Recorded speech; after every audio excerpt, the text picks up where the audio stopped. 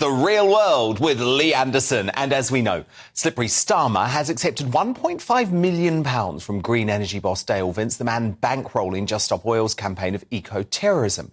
But could the connection between the Labour Party and Just Stop Oil run even deeper? Listen to this from one of the eco-loons, Larch Maxey, speaking at a group meeting last month. So in October, very reluctantly, we blocked the roads around Parliament every day for 32 days straight, October into November. And that suddenly cut through. We were suddenly headline news. Labour suddenly shifted and said, we hate Just Stop Oil. Oh, but by the way, we're going to stop new oil, coal and gas. That's how it goes. So, Lee, we've suspected it for a long time, haven't we? But they're in cahoots. They're working in cahoots, these eco-terrorists and the Labour Party.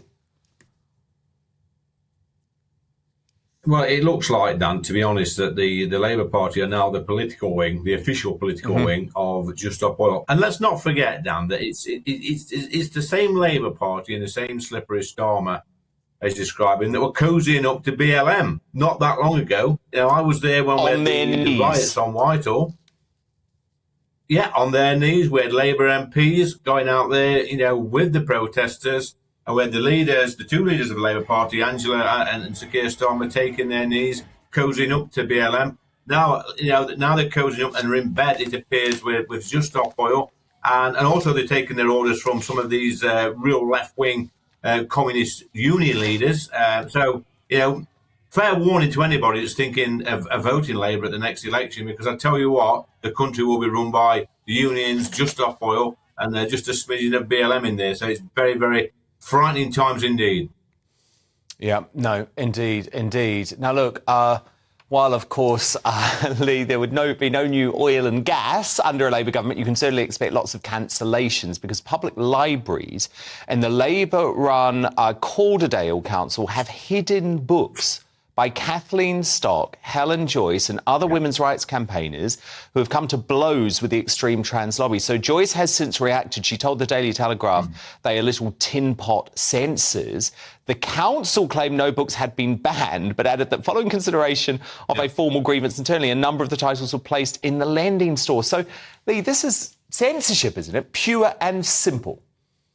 It is censorship, Dan, and basically what they're doing is the left again. They're too scared to debate. They think they don't necessarily think they're right in the argument, but what they will always do is try and hide the evidence. Now, I understand that the Labour councillor who's in charge of this library, this is somebody who actually attended a pro-Palestine rally, who supported some terrorists at one stage. I mean, these are the people that, I think Adam said it earlier, they're infiltrating every walk of life in this country, whether that be the civil service, whether that be even the police force. We've seen a lot of wokery in some of the police force, you know, all throughout society. These type of people, I don't know where they come from, to be honest. I don't know where it started from, but it's frightening, Dan. And these people pose a bigger risk to this country than anything we've seen. You know, forget COVID, forget the lockdowns. These people pose a real threat to our society and our way of life. I know, because they even made your poor son transition into being a vegetarian. I mean, that must have been a disappointment as a father, Lee. It must have been. Well, I'm glad you saw that clip. I mean, actually, it's gone viral. Who hasn't seen it? Well, it went viral. I mean, he was the first vegetarian ever in our family. I've learned to live with it. I've adapted. But you know, I still love the boy. You know, in fact, I'm even having vegetarian feelings myself. But that's, I think, don't go there. That'll get me over that, yeah. Do not go there, because there was the study this week, Lee, that says actually your hips will snap, you know, much earlier as a man if you go vegetarian. Now, look, Lee, it was after it was revealed that Jeremy Hunt, you know, the Chancellor, was refused a banking account, Monzo. Have you seen these absolutely shocking, vile attacks coming against the Tory party, against Jacob Rees-Mogg, against J.K. Rowling, all on the bank's official Slack platform? I mean, Lee, they even branded Conservatives like you evil and ugly. So they clearly don't have a good set of eyes either. But, I mean, this is really shocking stuff from Monzo, isn't it?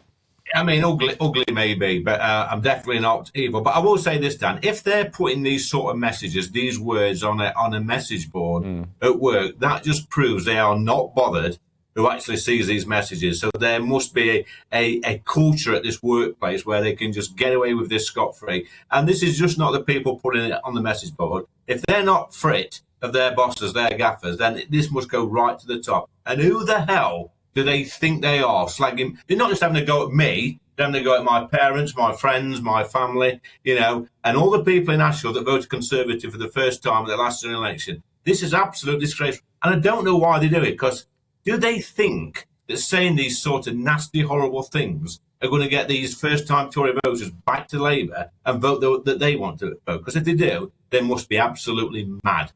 Yeah, no, couldn't agree more. And I just think, look, if this is what they're saying on their official Slack channels, imagine what they're saying in the meetings and everything, and it clearly has something to do with the debanking.